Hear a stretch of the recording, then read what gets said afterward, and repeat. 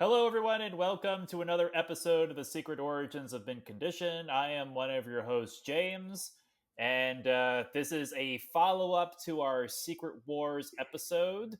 We made it back from Battle World, but we didn't come back alone. We came back a little changed. And so, helping me talk about this change is, of course, Joe. Hey folks, how you doing? And of course, leading us through this discussion today is our person who helped us get back from Battle World and who's going Yes. to help talk us through the history of Spider Man's black costume. Arco Esposito is back with us today. Thank you very much, James and Joe. I appreciate you guys having me on once again.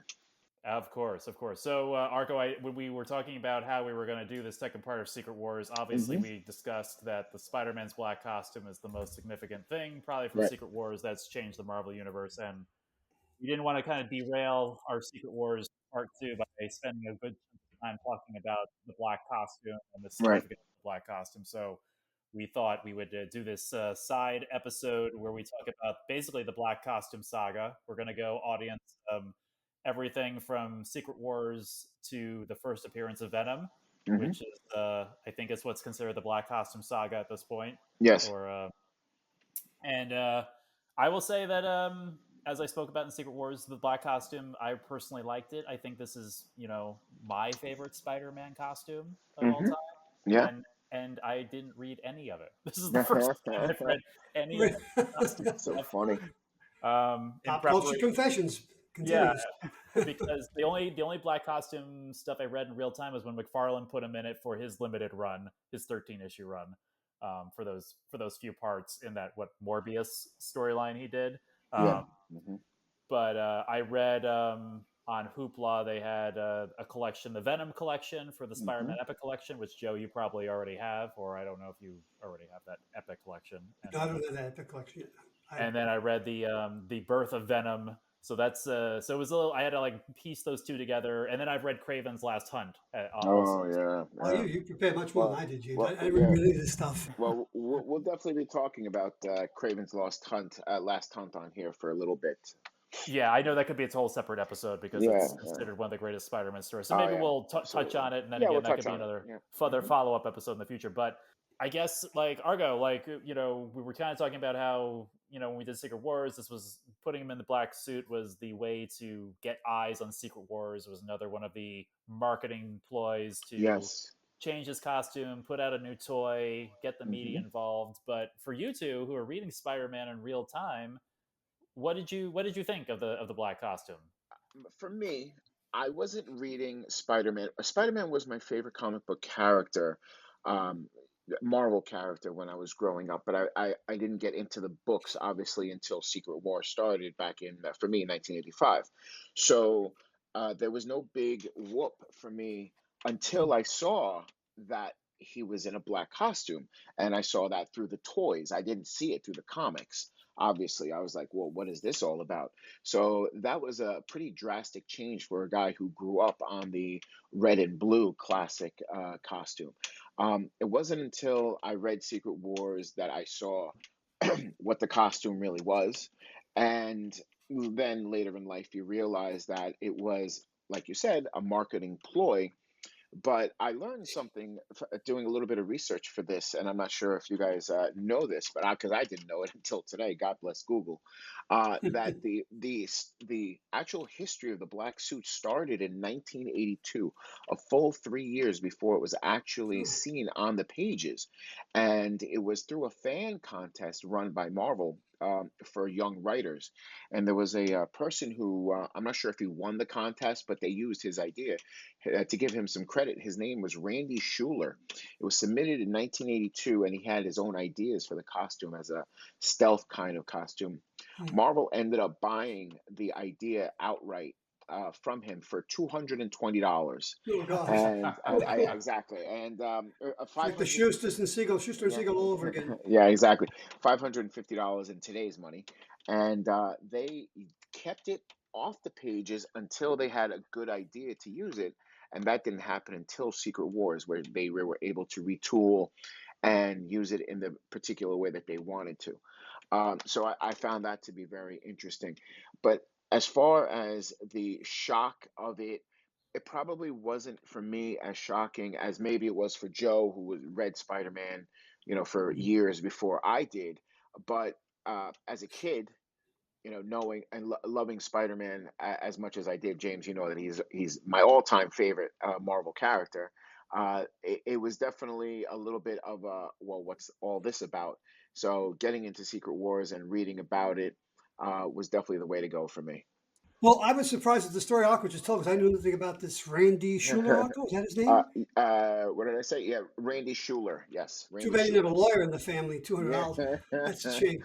Yeah. But no, I have been reading Spider-Man since '66. So what's it, about 18 years at this point? Yeah. Yeah. Yeah. Yeah. So it's almost two full decades, and it was shocking to see it, but it wasn't. I wasn't like put off by it or anything like that. Hmm. No, um, costume changes had been going on in comic books for years, but they were usually tweaks. I Hmm. mean, you go back to the early Siegel and Schuster Superman.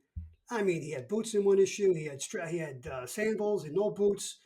Yeah. The S shield wasn't a chevron than it was. It was black. It was black. The Oh, it original was black on Superman the had. black and the cartoons, right? The Yeah. Fleischer Hmm. cartoons. Hmm.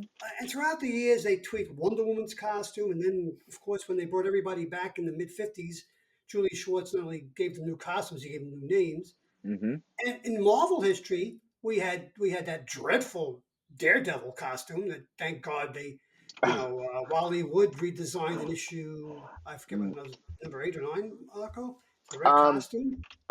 so we went from the yellow to the red. I believe it didn't get past 8, but I think it may have actually have been like, yeah, no, no, I think it was issue 8 where they finally went to the Yeah, red. Yeah, yeah, yeah, and at the same time, you had Henry Pym and Janet Van Dyne changing costumes yeah. almost monthly, right? Yeah, yeah, pretty much. So, but here's the thing: nobody knows who those characters were, even in 1984. They knew who they were if you're a Marvel fan, Yeah, yeah, but exactly. the normies didn't know. Hmm. The By normies. 1984, Spider-Man was part of the zeitgeist Right, in right. American pop culture. Hmm. So I remember newspaper articles, radio interviews, TV. This was big. Yeah, This was yeah. big. It was You're big. changing. This is like changing the American flag, so to speak. Yeah, but So at yeah, least the Marvel flag anyway. the Marvel flag, yeah. Yeah, exactly. Yeah. And to add one more thing, Arco, Yeah. Spider-Man is also my favorite Yes. Marvel character, Yeah. and It so yeah. to But to this was a to big deal. to tell you how much how big of a fan I was to illustrate it. My ex-wife, wife at the time, back in 2003 for my 30th birthday, threw me a Spider-Man themed surprise birthday party. So Cool. yes, at age 30. So that was very cool. So yeah, my favorite, everybody, many people's favorite, grew up with Spider-Man. Oh yeah, Y- no, Yeah. he's Hmm. Spider-Man. I mean, come on. Yeah, exactly. So well, this was big, but as I said, I wasn't. I was surprised, but I wasn't resistant to it. I Hmm. liked it. Yeah. Okay. well, I gotta since you guys are the historians here. What was the first appearance? Not the Secret Wars appearance. What was the issue that he appears like? Two two fifty 252. two, two Yeah, fifty two, and it was yeah, it was an homage of Amazing Fantasy number 15, and 15, yeah, 15, yeah, 15. right. So And paying it's by homage to Frank. Is it Kirby's. Friends and Ron Friends and Klaus Janson did the artwork. Yes, yes. So same pose, same holding Yeah. somebody with the web in his hands, and but just a black costume. So the story goes, also something I learned today. So if you don't mind, the story goes that Marvel put it out in 252, which was earlier, a few months earlier than may have been as much as 8 months earlier, before the costume made its debut in Secret Wars number 8. So they kept it. They didn't explain it until that issue came out, and then they finally explained it on the pages. However, there was backlash against the black costume, so much so that Marvel decided go, to do away with it. They just couldn't figure out how, and that opportunity finally came later on. We could talk about it when we get into the storyline, but conversely, when they went to go get rid of it, it now had become popular enough with the fans that they decided that they were going to keep it. And so therefore, you now have the birth of the cloth black costume that he was wearing for the next however many years Hmm. before he went back to the classic red and blue in issue 300. So I thought that was very interesting also, because I did not realize how much of a backlash it was. And for these big companies to make a U-turn as fast as that, or at least decide that they have to make a U-turn, was actually quite surprising to me. I know they have it collected now, and maybe at some Hmm. point I'll get it. I haven't read the entire saga. Which Right. how long was he in the suit between like 252 So and 48 issues, officially wow. 48 issues. Okay, no, hold on a second. So the suit was a thing for 48 issues in Amazing Spider-Man. There were, so obviously he got out of the suit in issue 263 is when Reed Richards realized that it was a symbiote and was alive, so they got it off of him. And then he went back to the red and blue after that, and then went back to the black when Felicia Hardy, the Black Cat, made him a black suit to look like the Venom suit. Hmm. So he was going back and forth with it, but it was basically Peter Parker used it the most in those 40 within those 48 issues uh, between 1984 and 1988, if I'm not mistaken, or Oh, 87, excuse me, 1987. So a good 3 years. that's a good chunk of time for Yeah, comic book yeah, time. No, absolutely, it is. absolutely, yeah, So yeah. his back and forth was actually Marvel editorials back and forth. Hey, we got to get rid of it. We got to bring it back. So yeah, they were trying to have it both ways. Yeah, Well, I will say this though. We were talking about Craven's Last Hunt. I will say, if you look at it, the black costume actually was kind of symbolic for not only a darker tone for Spider-Man because of the way that he's drawn now in all black. He was in that costume for some of the best yet darker stories, correct. including Craven's Last Hunt, and my one of my personal favorites, which is not in the Amazing Spider-Man books. Let's not forget that in the 80s we had three Spider-Man books. We had Amazing Spider-Man, we had Peter Parker the Spectacular Spider-Man, Hmm. and then you had Web of Spider-Man. Okay, so Peter Parker Spectacular Spider-Man had a storyline called um, uh, the Death of Gene the Wolf. And Gene the Wolf Right. was a minor character, but an important character, which she was the captain, a police captain that Hmm. worked with Spider-Man quite often, and he had developed feelings for her. And she was murdered by a character named the Sin Eater. And that was one of those great stories, darker stories, very down to earth stories, which I really love. And for a character like Daredevil and Spider-Man, you don't you get those a lot more often than the Fantastic Four, which are always in space. But again, those particular stories had darker tones, and I believe that the costume really lent to those storylines a lot better than maybe the colorful one. To add to what you were saying, Arco, I was thinking about that today, this afternoon, the Craven's Last Hunt, and I pulled Web of Spider-Man issue number 32. I'm sure you're familiar with it. Yeah, It's yeah. Tell it's me. the one where he's coming out of the grave, right? Yes, that is a classic comic book cover. Absolutely. I think it's the best Black Spider-Man cover of all Yeah, time, in my yeah. opinion. And a lot of people I like I actually believe agree. that. I It agree. sells for more online than 252, and I even think even Spider-Man Secret Wars number 8. People just want this cover. But you're so right. The storyline was so dark. So this costume Hmm. just fit the mood of the storyline. And yeah, they could have told this story in the traditional costume, Hmm. but I think they were like they really were like in the right place at the right time to tell that Yes, story absolutely, with this look. absolutely. And let's look at it for a second. The colorful costume, the classic one, mirrors the colorful personality of Peter Parker, who, no Hmm. matter what kind of angst and pain and guilt he carries, and of course we know that the Spider-Man guilt is the worst guilt of all Marvel heroes, Mm. because he's done everything that it's gone wrong in the world. It's Spider-Man's fault, but he hides it behind his quick banter in a fight, and his quick wit and his puns and everything, and what his costume at the time mirrors what his personality. When you had the black costume, not only did you have, the symbiote feeding off of him and making him darker, but the tone in the costume, I believe the writers shifted towards a darker, more realistic storylines and tones to help really bring about more of the feeling that the costume was bringing out of Peter and to the viewers. Yeah. It's a classic. You hear writers say this all the time, whatever fiction we're talking about.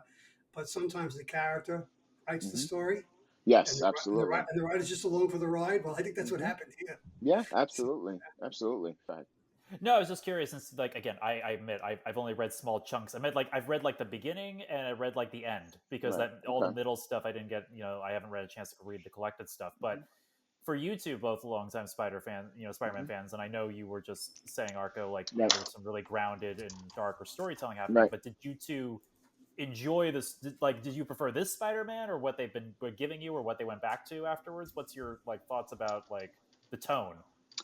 Um, so just getting into comic books for me at this time, and again, hadn't read the symbiote storyline.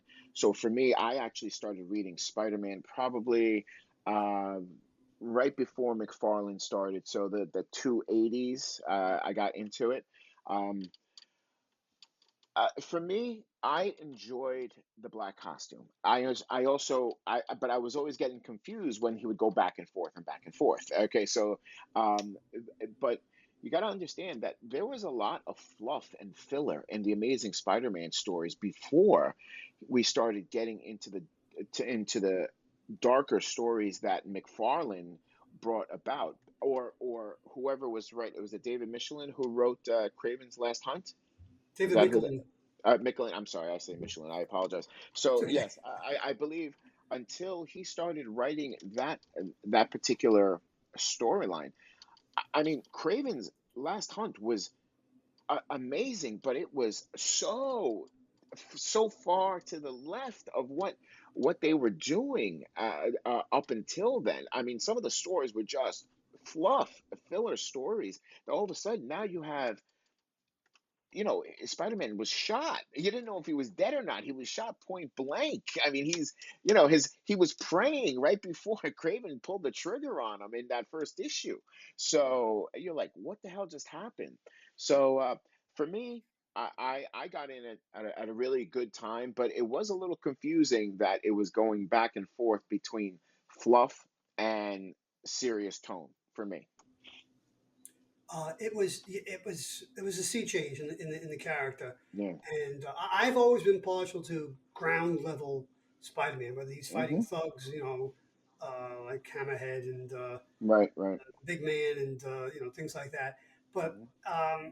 this was ground level, but it's also there was a lot of there was a little bit metaphysical to it, um, but it was still very much a character driven story, Hmm. and that's what I prefer. And so I just thought, it was 6 parts, right, Arco? I believe Uh, I'm sorry, which part are we talking the about? uh, the Craven storyline. Yes, it was 6 parts over all three of Yeah, the books. So each two one and had eight, two. two, Yes. two, two installments. Yeah, Hmm. it was just a great story to read, and it was still Spider Man. Hmm. It was a different. It wasn't a different take on the character. It was a character put in a different setting and having Hmm. to deal with these incredibly real world high stakes. As you said, he Hmm. was shot Yeah. Yeah. blank. Absolutely. Blank. Yeah. That hadn't happened before. He had Yeah. taken many beatings from Doc Ock and Hmm. Green Goblin and the Scorpion and of course the Kingpin, but this was on a different level entirely. Yeah. Yeah. And Absolutely. yeah, and so it just I think it just resonated with everybody. And James, you said before this is one of the most sought after Spider-Man stories, one of the best Spider-Man stories of all time. I would put this in like top three of Right, Spider-Man right, stories. right. Yeah. But we got there, I think, because the black costume lent itself Yes. to the darker tones and darker stories. You know, right after he had the symbiote suit taken off of him. Okay. Um, right before that, we realized that he realizes that he wakes up tired every day. He's absolutely Mhm. wiped out because while his mind is resting, his body is being used by the symbiote. Mhm. The symbiote basically climbs on him and uses his body to go out and fight crime and be basically a vigilante more than a hero, Yeah. because he's out there being really rough and beating up some people really badly.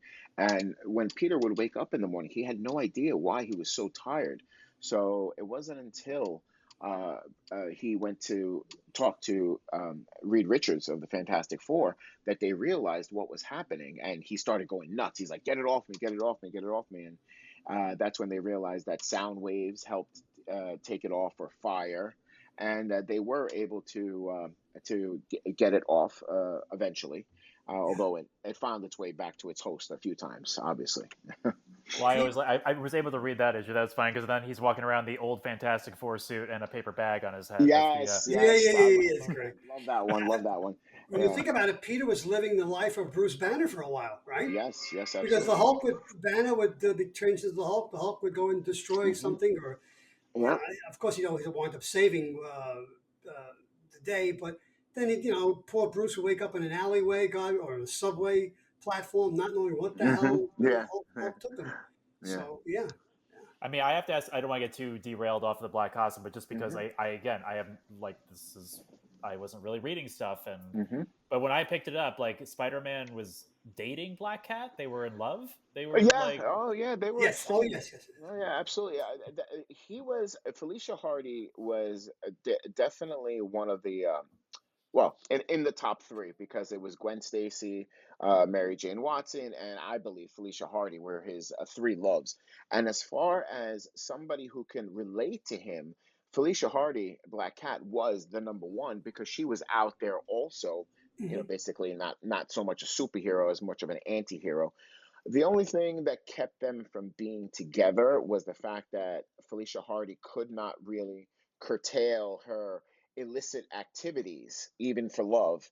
And there was a point where she started working with and for the Kingpin, and that was just too much for Peter to deal with, and that's how their relationship pretty much ended. well, I got that in the Yeah. trade that she got the ability to give people bad luck. The Kingpin gave her Yes, Yes, enhanced yes. yes, yes. abilities Hmm. for a period of Yeah, time, and yeah, then yeah, and yeah. then I didn't, and then I also like again piece of Spider-Man lore. I didn't realize in this black costume, the symbiote part of it, at least in the Hmm. beginning, like Mary Jane walks in when the Black Cat comes through her door, and then she admits that she knew he was Spider-Man the whole time. I was like, wow, I never Yeah. read this story before in my life. This is how I. Yeah, yeah. And this is how you figure it out that they knew. Yes, she did know. Apparently, she said, if I'm not mistaken, I'm paraphrasing it, but she had known it almost like from the mid '70s and stuff like that. So that's Yeah, pretty much what she said. So which I always found to be funny. Like, she just came out of nowhere and said that.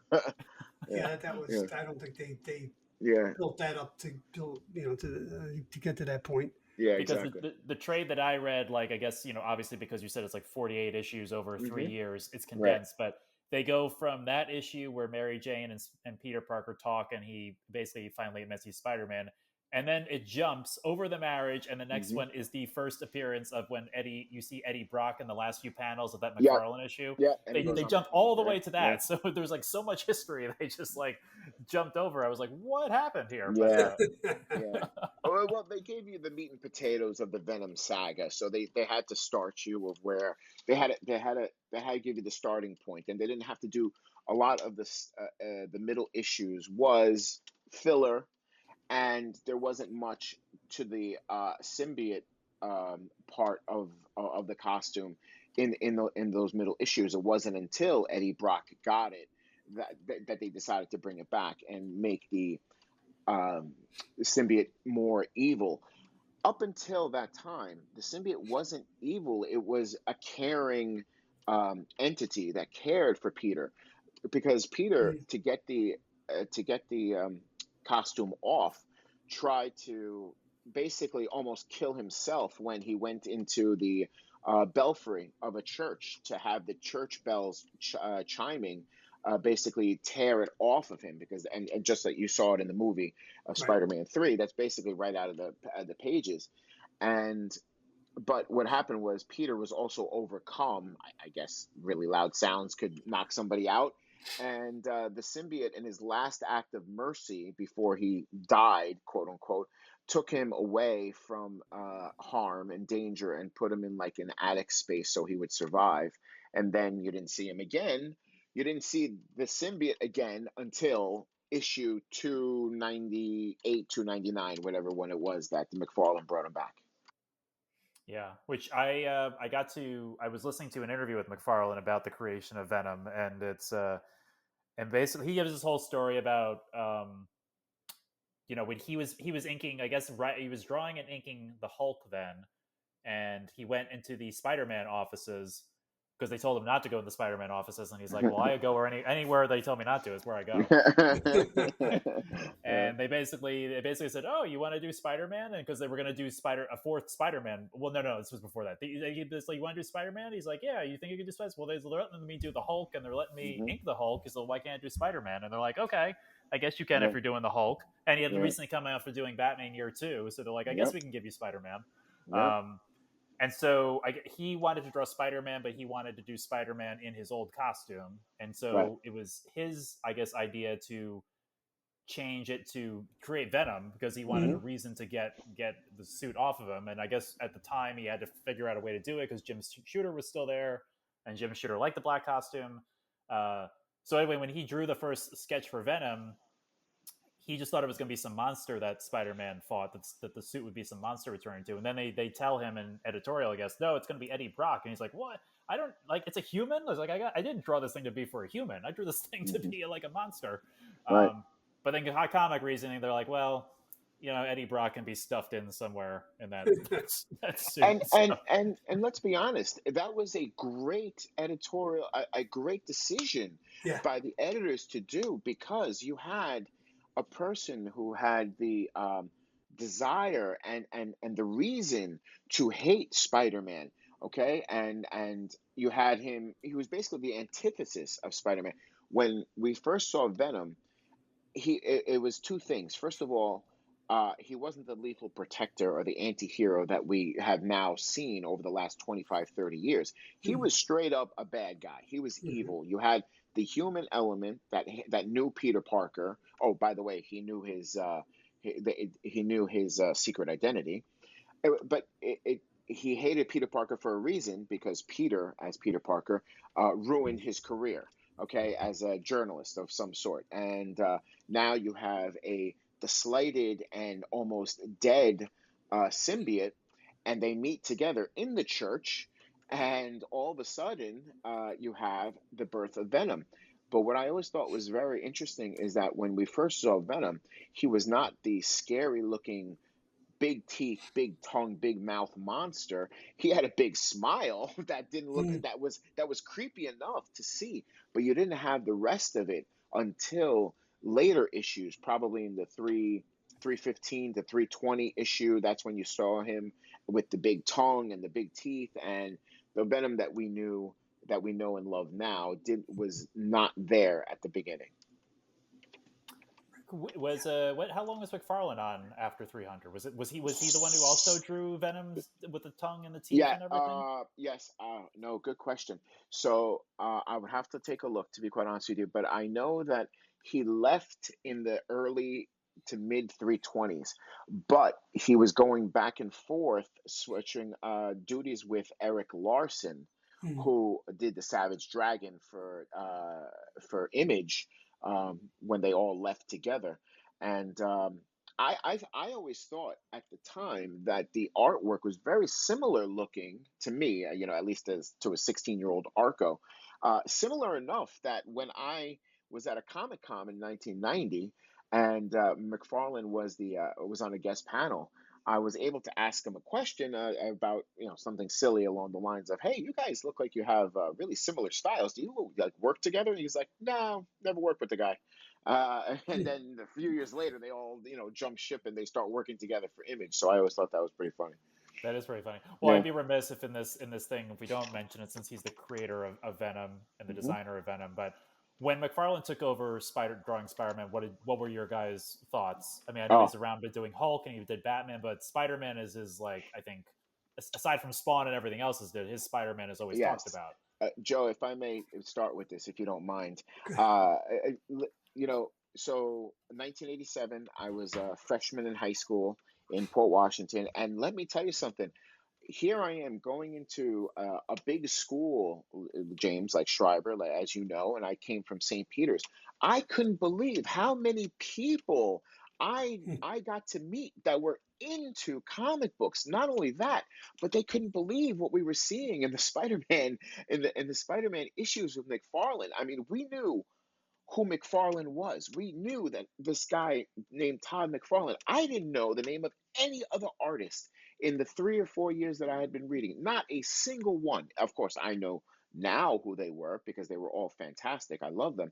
But I knew who the hell McFarlane was. We all did. So it was not only was the artwork, it was a revolution for Marvel to have this guy on there, and he was so bright. It was a shining star that it burned out way too fast. But you know what?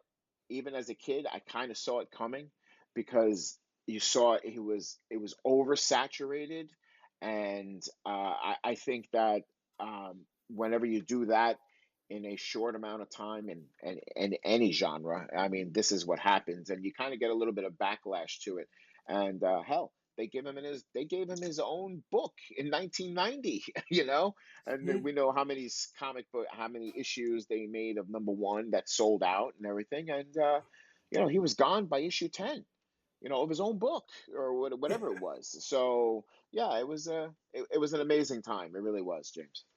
Yeah, I never thought about it like the way you just put Arco, but yeah, I guess he did flame out. Hmm. I remember him before he did Spider Man. Right, He took over at the end of Infinity Inc. over at DC. That's right, right. right. Jerry Hmm. Ordway had left, and if you've listened to this podcast enough, and Keith and I, we worship at the altar of Jerry Ordway. Uh-huh. Right. He's like one step behind George Perez, and in my opinion. But and I was like, who the hell is this guy with these long, strange panels, and Yeah, the yeah. anatomy is so screwed up. Hmm. And then I see him on the Hulk, and I'm saying, all right, this is getting better. I like this. Hmm. And then he's on Spider Man, and while I'm looking at the cover right now, Spider Man 300. I'm Right, right. sorry, I know it's a comic book, but no human being can bend that way. It's impossible. No, no, no. You're right, and that's always been a little bit of a knock on him, the way that he does it. But But yeah, I know yeah, where you're going. You're not.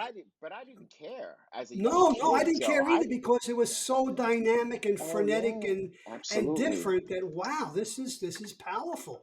Yeah, it really Yeah, was. Yeah. yeah, I mean, from the interview I listened to, he was like, when he took over Spider-Man, he focused. Everyone's focused on the man. He focused on the spider part, and then he's yeah, like yeah. also, Oh, great, James. and Yeah, then he exactly. also said like, I also drew what looked cool. Yes. Yeah, Yeah. no, it's yeah. He's like, it didn't have to make sense. It was what looked cool, and he said he got a lot of pushback in Hmm. the Marvel editorial offices for the way he was drawing Spider-Man. Hmm. Um, and he said like I think I forget which editor was at Marvel at the time. It wasn't Jim Shooter anymore. And someone was like, "What's with all this spaghetti webbing?" And Yes. Oh, yeah, yeah, yeah. McFarlane's only note was like, "Oh, I never had a name for it. That's Yeah. fantastic. That's a great. Yeah. That's a great." Yeah. That's, And I was just about to say that you had never seen the webbing like that before. It was always just one strand. But you know Yeah. what? It makes sense. It's all over the place. And it worked. It worked. And I had never heard it, James, the way you said it. That he was focusing on the spider rather more than the man. But the way he drew him as a long, lanky character with these limbs that seemed like almost like he had 8 legs. He had extra Uh legs, and huh. Yeah. the way that he was bent in every single way. So I had never thought of it like that, but it makes total sense. But yes, the webbing, absolutely 100% Well, noticed it right away. well, you know what? If you go back to 1966 when I was a boy, Yeah, yeah, and a certain cartoon show had mhm. the words "spins a web any size." Yeah, yeah, I mean, and that's what he was doing here. These webs were actually spinning out of his wrists, and absolutely. so everything was in motion, and that's the thing about his artwork. It was constantly in motion. It wasn't Hmm. static, It was and very it kinetic. Yeah. very kinetic. And you didn't care if the anatomy was off. I think of other people who would come before him. Walt Simonson on his Hmm. run on Thor. Yeah. That was jarringly different, but great. But And I'm great, not a great. big Bill Sienkiewicz fan, but the same thing. He was a little more avant-garde, if I can use that phrase. But yeah, Hmm. I think there was a school at that point, a school of artists in the '80s, and they were pushing the boundaries. They And were, and they pushed themselves right out of Marvel.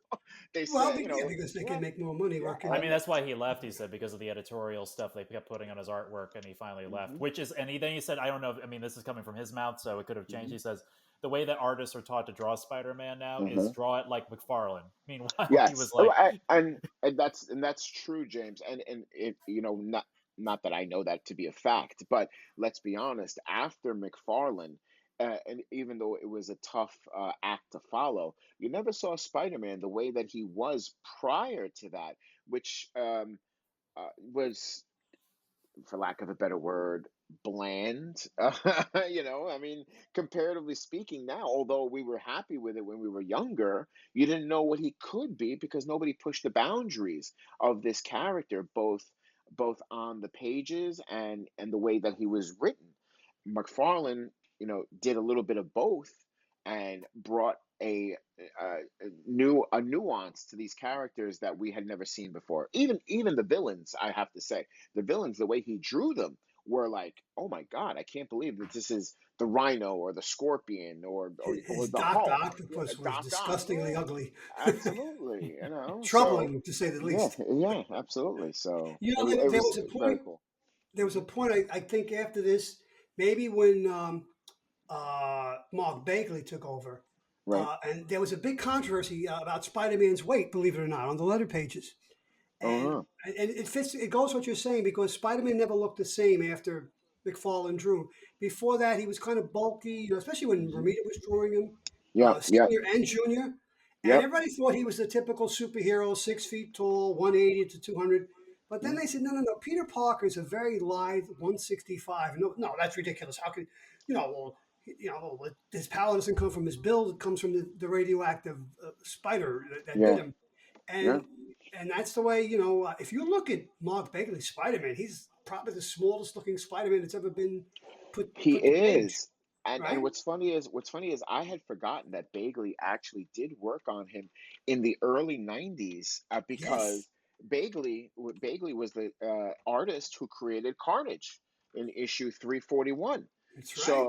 So you had him, um uh, and my point is, 10 years later, less than 10 years later, you had Bagley on a fantastic 100 issue run Yeah, of Ultimate Spider-Man, Ultimate Spider-Man. where you had a little bit more refined artwork, but it was exactly the same as it was pretty much back in 1991 when he created some of these other characters. Yeah, yeah. Hmm. yeah, Spider-Man was drawn to look. At this point, he wasn't a teenager anymore, but he No, wasn't supposed to be a big guy. yeah, That was reserved for Cap. I mean, if McFarlane didn't draw Captain America that often, but when he did, he wasn't stupidly big like Liefeld's Cap, but oh god, he was big, and obviously the Hulk was big, and yeah, other characters. But Spider Man was and it made sense that he would be a live, smallish character sure, the way he moved around. the Yeah, way he moves around, exactly, yeah, yeah. I mean, I always like respect. Obviously, we've done episodes on it, but like Ditko and Romita's Spider-Man, I respect it, I like it, but I do like Spider-Man drawn more like the McFarlane. I always took it like he should be a little bit spider-like. He should yes, be yeah, yeah. okay, you know um and so yeah, so I agree. I mean, I grew up in the era like I was when I started reading comic books. I mean, I remember not even going to mint condition. I think going to like a local bookstore in like Manhasset, and I remember Hmm. his issue number 2 of his own Spider-Man series. That's like ingrained in my brain with the lizard Yeah, and yeah. coming in as like so. That's the era I grew up with Spider-Man. Spider-Man looking like that, Hmm. that shape, that size, that design, and That's the way he started, James, under Steve Ditko. And it wasn't until after Spider-Man Annual number 2 and the that classic 3-part story where he lists that huge piece of machinery off his back, Hmm. uh, that Ditko started making Spider-Man look more heroic looking because the original design for Spider-Man was drawn by Jack Kirby and Stan Lee said, "No, I don't want him to look like that. He's not. He's not the typical. He's a teenager. He's not supposed to look like Captain America. Wasn't even around then at that Which is point. why Kirby only did the cover of that issue. And while Exactly. and if you look at him, it's not even the same person. I mean, you have No. this hulking Spider-Man, Yeah. this fit, Captain America basically Spider-Man Uh-huh. on the page on the cover, and then on the inside you have this bookworm who's 150 pounds soaking wet. Maybe. Yeah. So yeah, if you're lucky. So yeah. So yeah, I well, mean, McFarlane obviously tapped into what the character Hmm. should look like Right.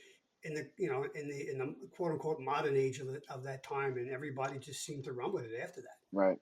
yeah. I mean, I be like, so sorry, audience. We took a little detour there, but I Yeah, felt No, we sorry had that's to about that. like Yeah, no, yeah. that's fine. had to like give a due diligence because this is when McFarlane hits the book. Hmm. Venom's his creation, and I felt it's a good time for us to like spotlight what McFarlane did with the character. But Hmm. speaking of like, I really did enjoy like getting a chance to read these issues that at least the I guess most important issues of the Black Spider-Man line. Like just thinking about like Joe when you were saying like he's a skinny boy and like high school at the point. Like I like that issue where they had him flashing back and the black suit and the red suit are fighting over him in his dream, and Yes, he's Hmm. yes. back in high school and the Hmm. black suit absorbs him. Great issue, Yeah, fantastic cover, also yeah, yeah, great cover. absolutely.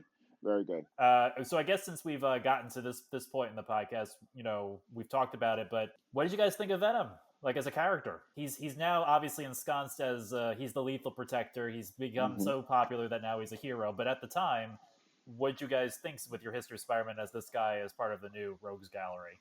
For me, like I said, I thought that he was sufficiently scary just the way he was by having that creepy smile at the end of issue 299. Hmm. Because at the beginning of issue 300, you have Mary Jane basically in the corner crying of her room because she's terrified because she thought that Spider-Man came home and the black suit, and all of a sudden a smile opened up on the face. So she was terrified. She had never seen such a thing. So she knew it wasn't him. It was basically a monster. And that's what we saw also. Even without the teeth, without the big tongue, you didn't need it. And as a character, he was sufficiently evil enough that it was a very big moment and a very big character for us that I knew that no matter what they did in those 2 issues that he was around, one issue 300, that he was going to be around for a long time. Yeah, at that point, when I saw him culminating in issue 300, that story, I realized, okay, Spider-Man has a new arch enemy. Yeah, And for a yeah, while, I thought he surpassed Doc Ock and the Green Goblin yeah, as Spider-Man's yeah, arch enemy. I think yeah. that's a fair statement, right, Arco? I Yes, absolutely, because they went to that well a few times Hmm. between issue 300 and 320, where I believe one of the issues was at some point they left him stranded on an island, and he was perfectly content because he thought Spider-Man was dead. So that's how they got rid of Venom for like however many issues. Hmm. But yeah, he was the big bad for quite a while in the late 80s and early 90s. Absolutely. And remember this: remember the Spider-Man cartoon from '94? Was it? Mm-hmm. Yeah, You know, Yeah. and Yeah. the Yeah. opening, all those Yeah. villains, but who's the villain at the end of the opening? Yeah. Absolutely. It was Venom. Yeah. It's Venom. Absolutely. Yeah, exactly. With his big tongue and teeth. Yeah. Yeah. I was talking to Joe offline. Wasn't there a period of time where Venom was just as popular as like Wolverine? Also, like Venom was also like everywhere. Like he had his Oh yeah. moment where Yeah, I know Sony recently made 3 movies and stuff like that, but I'm talking about like when after his first creation, it seemed like Venom was like the hottest thing it in the was. world in the He world also. absolutely. When they came out with Lethal Protector in '93, they moved them out to San Francisco, which is why they have the movies based out of there. But yeah, to have Venom, a character who was a villain, have his own book showed you how important he was to Marvel at the time. And I can't tell you how many more books he's had and how many more appearances. And there've been various people, both good and bad, who have worn the Venom costume, have been bonded with the symbiote in the last 30 years. So yeah, he has been one of the probably top five biggest characters in Marvel through all different types of media, out of all these characters. Yes. I remember obviously back then I was into Venom. I was I was caught up in the wave. I don't know thinking back if I would if Venom's one of my favorite characters right now. Hmm. If I was to Right. really say it, I mean he's an interesting villain. Obviously the story is historic for lots of reasons. We're doing a whole episode about it. We've talked 46 minutes about it, but I don't know if he's like a favorite of mine. But I did collect Lethal Protector. But I would Yeah. what did you think about that turn? Like, was that were you like, oh, this is great, or is this like have they gone in the well too many times at that point, or For me, James, I was in and out in the early '90s of comics, so I knew that Lethal Protector was there, and I think I did collect all 6 issues of it. It wasn't that big. To me, it wasn't that they went to the well too many times at that point. I enjoyed the turn. I just felt that it was very surprising that they used somebody who had been pretty much a villain up until that point in this way, that now he is sort of like an anti-hero, and definitely an anti-hero because he didn't mind killing people, but he went more along the lines of killing the bad people rather than just Hmm. anybody like Carnage did. right? Yeah. Yeah, And Joe, yeah, I was just asking Joe when you had to step away from Argo, Joe, while you hmm were stepping away. It's like I was just saying, like, what was your when they did the spin and turned Venom into a hero? I was just wondering if you like had any thoughts. Or you were just like, oh, this is comic books, or if they gone to the well too many times with Venom at that point, or what were your Thoughts are this is comic books, but I like the villains to stay villains, which is something they don't do anymore today. I yeah, mean, that's yeah, why Arco, you can't read the current X Men. There's yeah, nobody's a hero and nobody's a villain. They're all the same, yeah, yeah, and yeah, it's yeah, they just sit around eating and drinking, and once in a while they punch somebody. But yeah. it's just I'd like to see. I like not mustache trolling villains. This is a. I mean, there was so much nuance to Eddie Brock and to this Yeah, journey of the yeah. coming Venom. So I wish he would have stayed a pure villain. I would have liked that because by making him the quote unquote lethal protector and anti-hero, well, it's we already got the Punisher. We don't do we need that now? I mean, it's You know what's funny, Joe, that you say that is clearly they decided that in 1991 they decided that they were going to bring about Carnage, and he was going to be the hmm absolute terror that Venom was in the beginning, and then segue Venom into being more of the lethal protector that he became. However, I will say this, that Carnage, even as big a character as he was too over the top. exactly. In the way that he not that it wasn't a good cool design, because I love red, I love the black, I love the way that they made the Carnage, talk about kinetic. He was always flowing all over the place. But it was too much. It was almost like it was almost too cartoonishly evil. You talk about like a mustache twirler. That would be it. That would be my version of a mustache twirling villain. It would be Carnage. And to me, it's not interesting when somebody is that over the top as opposed to Eddie Brock, who had clear and concise reasons to hate Peter Peter Parker, Parker, and exactly.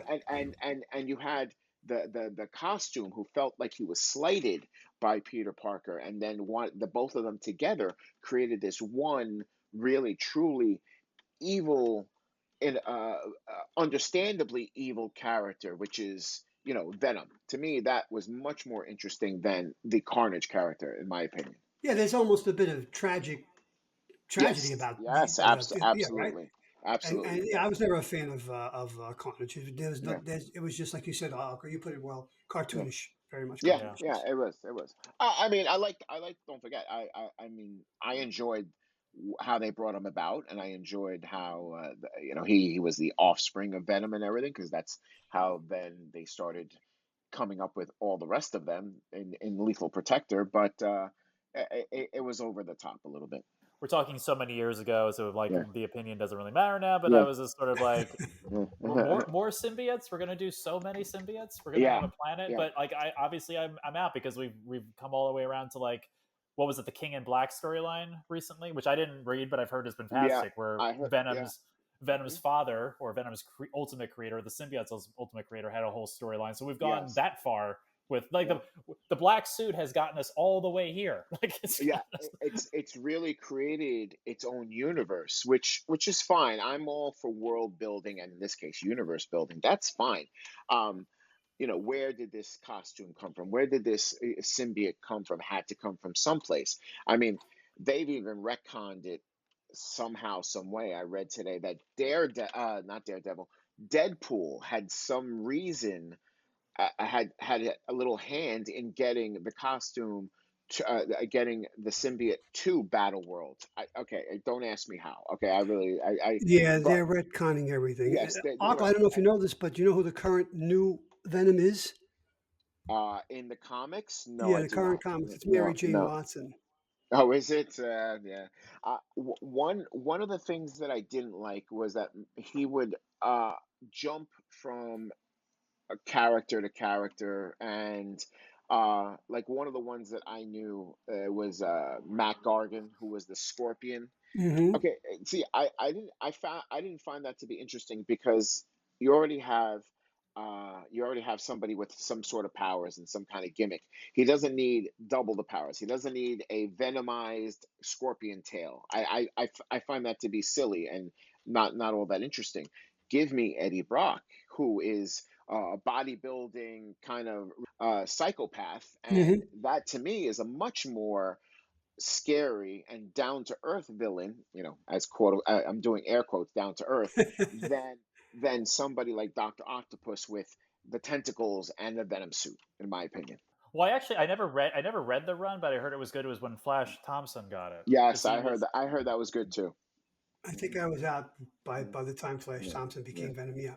It's amazing. It's amazing that like that little thing on Battle World spawned yes, this entire. yes, yeah, yeah, Yeah. and No. not only that, but it also ties into so many other characters now. Null the Conqueror, Null, who created the world of symbiotes, and Venom, basically their god, also created the Necro Sword, the All Black, which is now something that was in the Thor series. That's That right. That's yeah, right. the god, the god God Butcher. destroyer, yeah, Gore the God Butcher. Yes, exactly. That was he had the Necro Sword. So that was in turn also connected to the symbiote. So yes, I love world building, universe building. I'm all for it. I can't believe it came from that, though, James. You're absolutely right. Hmm. I mean, Yeah, nobody I yeah. thought thinks. I mean, I will say, just going as we wrap up this episode, going all the way back to the beginning to Secret Wars 8. Hmm. I Hmm. mean, they didn't know it was something different. They were definitely seeding the seeds, Yes, but at that yes. point, they didn't know it was an alien. I guess, right? No, They just knew it no, was a. no. I don't think so. And Joe made a great point when we were doing the Secret Wars episode. Is that Jim Shooter, was took all the ideas that came out of Secret Wars, whatever they were, and the thing staying over there in the Fantastic Four. Okay, use Hmm. the She-Hulk and do that. You have the costume. Okay, now he's in the black costume. What are you guys going to do with that? Okay, we'll make him an alien. How do we get rid of it later on? And that's how they expanded. So the good thing is that Jim Shooter was very open to the creative process as a writer himself, Hmm. and he did give them the freedom to expand, and he had the final word. So I maybe whether it went on, but a lot of stuff came from those ideas, James, and this was one of them. Yeah. Yeah, Wow. a big one. Yeah, A big one, yeah. I would, yeah. Like I said, that's it was. This is like one of the biggest, the Venomverse, I guess they call it now, is like yeah, one of the biggest yeah. parts of the Marvel universe Yeah, now. listen, they have. It's the only Sony product of Marvel's that has been made anything besides the three Tom Holland movies, because everything else that Sony has touched has been garbage, as you know. And while the Venom movies aren't fantastic, I love the fact that Tom Hardy is so into the character that he gives it his all. He's not just mailing it in; he gives it his all, whether you like the movies or not. And I'm not a big fan of the movies, but I can appreciate them. I've never seen any of them, so maybe someday Yeah, I'll find the yeah, time to yeah, watch them. the yeah, Watch them. the first Venom is amusing. yeah. I didn't see the second one. Uh-huh. I haven't seen the other two, but I thought the first Venom. I finally like saw it at some point. I'm like, okay. Yeah, And you know yeah, what? The thing that bothers me about the nitpicking comic book fan is yeah, like he doesn't have the he's where it's Venom, but he's not Venom. He doesn't have yeah, the white spider on his yeah. He doesn't have chest. the spot. Yeah, see, Mm. they do it. They have something on to make it look like some sort of webbing, but not really like a spot. I totally agree. Yeah, I mean, Yeah, it's just funny yeah, what you can't get over as a comic book fan, sometimes yeah. watching these live Oh action No, no, things. I get it. it's true. Yeah, I get it. That shouldn't deter me from the whole movie, but it does. Yeah, I mean, not to deter me, but I'm like, I nitpick about it. I nitpick, but yeah. well, as we kind of bring this black costume saga to a close, any final thoughts, gentlemen? You know what? I love where they Marvel went with this character. This character could have been a throwaway character. Could have been a one and done in 300, in issue 300 back in 1987. But they realized what they had with him, and conversely, I don't think that they realized exactly what they had with him. But kudos to all the writers who's come along in the last 30 years to create bigger and better um, stories and versions of Venom. He's not where he was in the beginning, but I have no problem knowing, uh, seeing him as he is now. Even though I'm not reading the comic books, I can enjoy it. I do like what they've done with him, and I'm glad that from small beginnings came this big thing. Yeah, Absolutely. I mean, let's sell some toys, guys, and Yeah, yeah, look what I came from know that, right? Yeah, exactly, it's exactly. sometimes it's the seed has to be planted, and this is a creative industry, and as Yeah, James said, Jim should have let his people run with it. Okay, yeah. guys, Absolutely. take it as far as you can. I'll be looking over your shoulder, but and they did. Yeah. Although I don't think, we've been talking about it so much, and we did hit on obviously Tip McFarlane was the one who brought Venom to the pages for the very first time. I don't think that he even realized what he had in Mm, this character. good I point. don't think so. It wasn't until he created Venom 2 in Spawn a few years later that you realized how big of a character this was, because it was pretty much the same character on the page to me, with his cape and everything, flowing all over the place, and the chains, which were basically webbing, but It's in good. I never iron thought of it that form. way. You're So right. Yeah. yeah, Okay. I mean, but even though he says that he created Spawn when he was in college in the 70s, okay, that's fine. But you made him look like Spider-Man on the pages in 1992. So there Mhm. you go. Yeah, Yeah, I would agree. I mean, Spawn is well, that's a whole other episode we could yeah, do. yeah, Yeah. But exactly. yeah, to be continued. But Yeah, yeah, much power to like Todd McFarlane yeah, exactly. to like have that kind of, I guess, artistic ability that he could say, I want to put him back in the old suit, and I will do something else to get rid of, I'll create some other character. And he did. And isn't that amazing that he, in this act of getting rid of the black suit, he did it in a way that is so final, to get that Peter Parker would never go back to it because it became so evil. Hmm. Although he has worn it a few times through the years, yes, but never again like he did. Yeah, no, Yeah. Yeah, there's been no yeah, reoccurrence of the black yeah, suit yeah, or anything yeah, like it. But yeah. yeah, Nothing major anyway. Yeah. yeah, just those one offs or some of the Yep, flashback stuff. exactly, exactly. But Well, listening audience, I hope you've enjoyed this dive into the Black Costume Saga. Of course, I could not do it because I don't have the history to do it without the other two hosts. So thank you very much, Joe. Thank you, James, and thank you, Arco, for bringing the good stuff again. Yes, I listen, guys. I appreciate it. I appreciate you guys dealing with my enthusiasm. So, and We love it. Come on, it's sometimes a little infectious. bit childish No, enthusiasm. But well, this is, I love reminiscing about these things that made us so happy back when we were kids. No, that's why we say I would love having Yeah, you on. You got yeah, you have not just the enthusiasm, you also have the you've read all the stuff, all the good yeah, stuff. yeah, So, yeah, yeah, yeah. listening audience, you have your thoughts about this period in Spider-Man's history. Let us know. We have you have the ability to comment probably whatever way you're listening to this. Mhm. As always, we thank you for listening, and we will talk to you on the next episode.